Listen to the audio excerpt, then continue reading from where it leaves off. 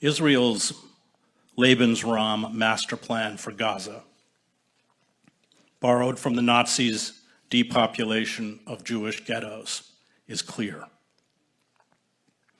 Destroy infrastructure, medical facilities and sanitation, including access to clean water, block shipments of food and fuel, impose telecommunications blackouts, unleash indiscriminate industrial violence to kill and wound hundreds a day, let starvation and epidemics of infectious diseases, along with the daily massacres and the displacement of Palestinians from their homes, turn Gaza into a mortuary.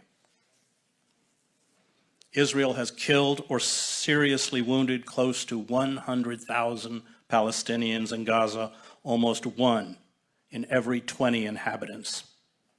It has destroyed or damaged 60% of the housing. The safe areas to which some 2 million Gazans were instructed to flee in the south have been relentlessly bombed with thousands of casualties. Palestinians in Gaza now make up 80% of all the people facing famine or catastrophic hunger worldwide, according to the UN. Every person in Gaza is hungry. A quarter of the population are starving and struggling to find food and drinkable water. Famine is imminent. The 335,000 children under the age of 5 are at high risk of malnutrition. The some 50,000 pregnant women lack health care and adequate nutrition. Infants are dying in droves. Israeli political and military officials, as the South African jurists documented at the International Court of Justice, make no secret of their genocidal intent, nor of their vision of what comes next. In September, before the incursion into Israel by Hamas and other resistance fighters, Israeli Prime Minister Benjamin Netanyahu displayed a map of what he called the new Middle East at a UN General Assembly meeting. Gaza, the West Bank, and East Jerusalem had all been incorporated into a greater Israel. Palestine had ceased to exist. The Palestinians are being forced to choose between death from bombs, disease, exposure, or starvation, or being driven from their homeland. There will soon reach a point where death will be so ubiquitous that deportation for those who want to live will be the only option. Israel is lobbying countries in Latin America and Africa to accept Palestinian refugees. Israeli leaders are calling this deportation, quote, voluntary migration. Voluntary migration is not a new concept in the annals of genocide. In the Warsaw Ghetto, the Nazis handed out 3 kilograms of bread and 1 kilogram of marmalade to anyone who voluntarily registered for deportation. There were times when hundreds of people had to wait in line for several hours to be deported.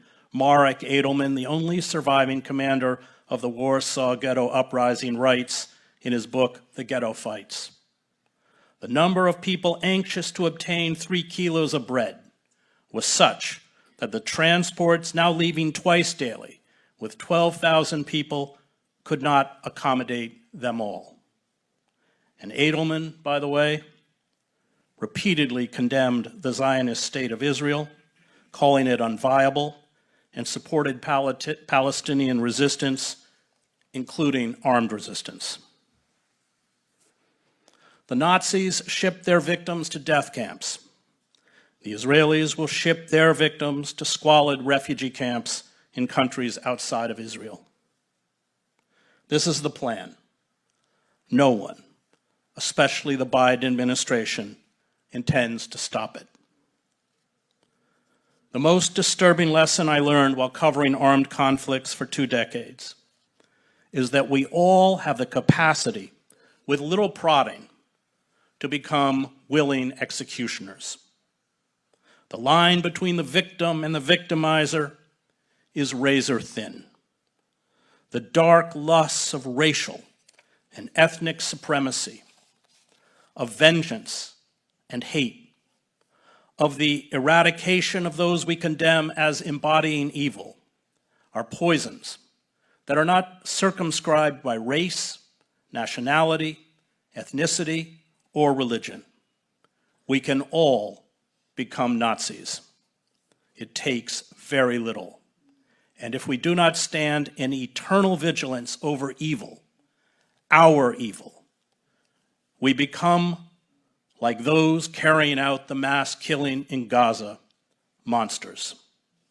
Perhaps the saddest irony is that a people once in need of protection from genocide now commit it.